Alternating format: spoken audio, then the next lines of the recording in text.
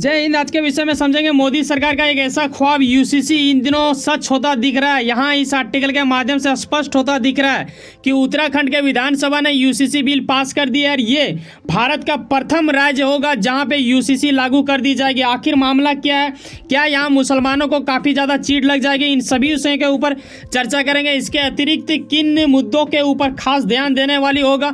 क्या 2024 लोकसभा चुनाव को लेकर ये षड्यंत्र तो नहीं? इन सभी विषयों के ऊपर आइए स्टेप बाय स्टेप चर्चा करते हैं कि आखिर मामला कहां से क्या जुड़ा हुआ है। यकीनन इस पर कोई शक नहीं है कि बीजेपी आज से नहीं, दरअसल वर्षों से ये लगे हुए हैं यूसीसी पूर्ण रूप से भारत में लाने के लिए। लेकिन कहीं ना कहीं हर बार कुछ ना कुछ अड़चन लगी जाती है। या तो विपक्ष दल इनके ऊपर आरोप लगाते आते हैं या फिर कुछ अलग स्थितियां उत्पन्न हो जाती जिस वजह से ये मुमकिन ना हो पा रहा था। लेकिन अब स्थितियां काफ़ी बेहतर होती नजर आ रही है। आखिर इसके पीछे क्या वजह है? कैसे ये लागू हो पाया उत्तराखंड में, या फिर कैसे कब लागू होगा? इन सभी विषयों के ऊपर स्टेप बाय स्टेप आगे हम लोग समझेंगे। लेकिन उससे पहले जो खास बात होगा वो ये कि आखिर यूसीसी होता क्या है, ये जानने वाली बात होगा। तब जाके हम आगे वो चीज़ बेहतर तरीके से समझ पाएंगे। तो पहले ये देख लो कि जाति, धर्म, क्षेत्र व लिंग के आधार पर जो भेदभाव होता है या फिर व्यक्तिगत नागरिकों के मामले में जो भी संबंधित कानून होते हैं उसे कहीं ना कहीं एक करने की बात की प्रयास रखा गया है। ये ना सिर्फ एक राज्य में बल्कि भारत के अलग अलग राज्यों में भी लागू की जाएगी। लेकिन कहीं ना कहीं प्रयास इस वजह से रुक जाता है क्योंकि जब तक वहाँ की राज्य सरकार इस चीज़ को एक्सेप्ट नहीं करेगी तब तक केंद्र सरकार पूर्ण रूप से इसे लागू नहीं कर सकती है। और इसी बीच आपको यह भी देखना होगा कि जब आप किसी अलग राज्य में हो या फिर कहीं भी आप हो इंडिया के अंतर्गत, तो जैसे कि आपने किसी को मार दिया या फिर आप उसको मतलब जान से ही मार देते हो, तो कहीं ना कहीं जो धाराएं आपको अलग राज्यों में लगेगा वही इंडिया के हर जगह पे लगेगा। लेकिन जब वे अलग चीज़ में आ जाते हैं, थोड़ा सा पर्सनल मैटर में आ जाते हैं, जैसे कि धर्म आ गया, जाति आ गया, लिंग आ गया, या फिर विवाह आ गया, तलाक आ गया, बच्चे को गोद लेना इत्यादि, संपत्ति बंटवारे को लेकर, तो इन चीज़ों में क्या होता है कि हर राज्य में अलग अलग नियम चल रहा है। ठीक है, थोड़ा बहुत सिमिलर आपको देखने को मिलेगा लेकिन कुछ हद तक आपको अलग नज़र भी आता है देखने को। तो ये वजह में क्या होता है कि प्रशासन को भी काफ़ी तरीक़ा से जूझना पड़ता है। यही वजह है कि यूसीसी ही एक ऐसा मात्र एक ट्रिक्स आप समझ सकते हो जिसके वजह से ये लोगों के लिए कल्याण हेतु ये कार्य की जाएगी।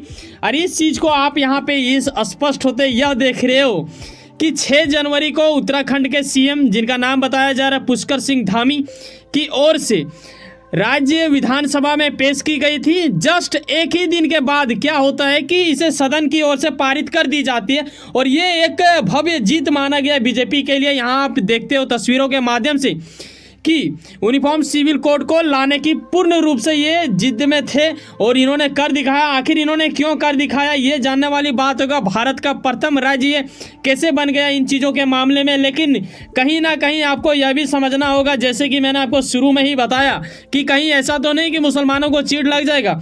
आज ही ऐसा हो चुका है। ओवैसी जी इनके ऊपर भड़कते हुए कुछ बयानबाजी कर बैठे हैं। क्या इन्होंने कहा ये देख लो।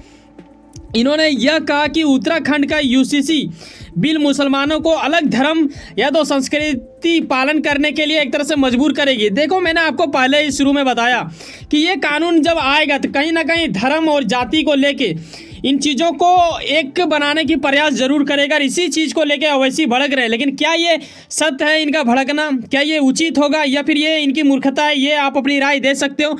वहीं इन्होंने यह भी कहा है कि यहाँ पे आदिवासियों को बाहर रखा गया इन चीज़ों से, तो ये कैसे हो सकता है यूसीसी एक?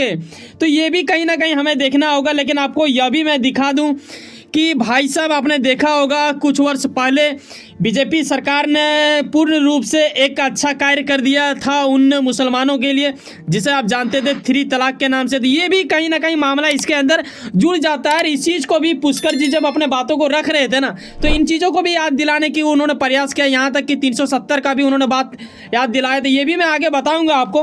तो कहीं ना कहीं आपको समझना होगा कि अब जब यूसीसी हर जगह पर आ जाएगा तो हर लोगों के लिए एक ही कानून हो जाएगा। ठीक है, पर्सनल जो कानून बन रहे होते हैं अलग अलग जगह पे, इन चीज़ों के विवाद में आई लोग फंसते रहते हैं, कुछ ना कुछ उलझते रहते हैं। तो ये थोड़ा इजी हो जाएगा प्रशासन के लिए भी और जनता के लिए भी, जहाँ तक मैं समझ पा रहा हूँ। और सूत्रों के हवाले यह भी पता चल रहा है हमें कि भाई साहब इसका सबसे बड़ा असर देखने को मिलेगा। और जो मुसलमान चिढ़ेंगे वो इस चीज़ को लेकर चिढ़ सकते हैं कि यहाँ पे विवाह को लेकर जो इसमें कानून रखा गया है ना, ये थोड़ा उल्लंघन उत्पन्न करवा सकती है, ऐसा संभावना लगाया जा रहा है शक के दायरे पे। देखो, यूसीसी अधिनियम का अगर आप देखोगे तो आपको शेड्यूल 6 में ये चीज़ उल्लेख किया गया है कि भाई साहब आप किनसे शादी करोगे, या फिर आप महिला हो या फिर पुरुष हो, ये चीज़ को भी कहीं ना कहीं वो निर्धारित करेंगे। और बता देना चाहूँ कि कई प्रकार के आर्टिकल यहाँ निकलते नज़र आ रहे हैं। यहाँ पे आप देखो इस चीज़ का भी जिक्र किया जा रहा है कि कहाँ कैसे क्या कानून लगेगा, कैसे क्या होगा। लेकिन खास बात ये हो जाता है कि मुसलमानों के लिए एक अलग बना हुआ है, वहीं पे हिंदुओं के लिए देखें तो हिंदू विवाह अधिनियम अलग है। तो यही वजह से उलझन बढ़ती थी। और इसमें क्या होता है कि यहाँ पे मुस्लिम आबादी को शायद इस चीज़ को लेके थोड़ा गहरा चोट सा महसूस होगा, हालांकि होना नहीं चाहिए। लेकिन सूत्रों के हवाले कई सारे बुद्धिजीवियों का कहना है कि ये लोग भड़क सकते हैं, क्योंकि जिस कानून को यहाँ पे एक तरह से ज़्यादा दिखाया गया वो कहीं ना कहीं हिंदू विवाह अधिनियम में ऑलरेडी पहले से ही है, ज़्यादातर मिलता है। तो यहाँ पे क्या हो रहा है ये मैं बता देना चाहूँ। कुछ ऐसे शब्द यहाँ पे देखने को मिलेगा जो कि काफ़ी लंबा चौड़ा है, मैं नहीं चाहूँगा सब बताना, लेकिन कुछ अगर आप चाहते हो तो स्क्रीनशॉट लेके पढ़ सकते हो, ठीक है। यहाँ पे यूसीसी बिल के अनुसार पुरुष, जिसमें मैं थोड़ा बहुत बता देता हूँ, इनसे शादी नहीं कर पाएंगे, ये चीज़ बताया गया है। और ये पुरुष के लिए है, जस्ट इसका उल्टा हो जाएगा महिलाओं के लिए। तो ऐसा ना सोचे कि मैंने उसके लिए अलग क्यों नहीं बताया। यहाँ पे देखो क्या होता है, मुसलमान में ज़्यादातर आपने देखा होगा कि वो लोग अपने यहाँ पे ही शादी करवा लेते हैं, जैसे कि बहन हो गया, भांजी हो गया, भतीजी हो गया, मौसी, बुआ, चचेरी बहन, फुफेरी बहन, ठीक है, मौसी बहन है। और इसके बाद क्या है, सौतेली माँ, नानी, सौतेली नानी, बहुत सारा यहाँ पे अलग अलग दिया हुआ है, जो कि आपके यहाँ के जो लोकल रिलेशन होता है, तो उन चीज़ों को कहीं ना कहीं रोकने की प्रयास की गई है। ये प्रयास आखिर क्यों किया गया, ये आपके मन में आ रहा होगा कि सर वो लोग अलग मजहब से आते हैं, मुस्लिम अगर अपने ही चचेरे बहन वहन से शादी कर रहे थे, इसमें क्या प्रॉब्लम है, वो उनकी निजी जानकारी है या फिर निजी चीज़ है। देखो होता ये, कई सारे बुद्धिजीवियों का ये कहना है सूत्रों के हवाले कि भाई साहब इसका असर ना समाज पे बुरा पड़ता है, तो कहीं ना कहीं हमें ये चीज़ को तय करना पड़ेगा। जैसे उसमें 3 तलाक भी था, वो भी समाज के ऊपर बुरा असर डाल रहा था। तो इन चीज़ों को हटाने के लिए यूसीसी काफ़ी उचित माना जा रहा है, ऐसा कई सारे बुद्धिजीवियों का सूत्रों के हवाले कहना है।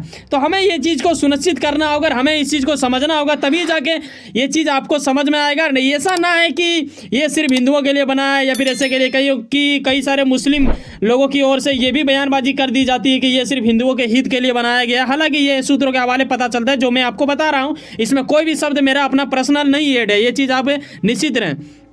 आगे पुष्कर जी की ओर से और क्या स्टेटमेंट दे दी गई है, जो कि एक अद्भुत दृश्य को दर्शाता है। भाई साहब इन्होंने क्या किया था कि जब ये चुनाव में अरे बीजेपी सरकार का डायरेक्टली यार केंद्र सरकार की ओर से भी बोला जाता है कि वो लोग यूसीसी लाना चाहते हैं पूर्ण भारत में।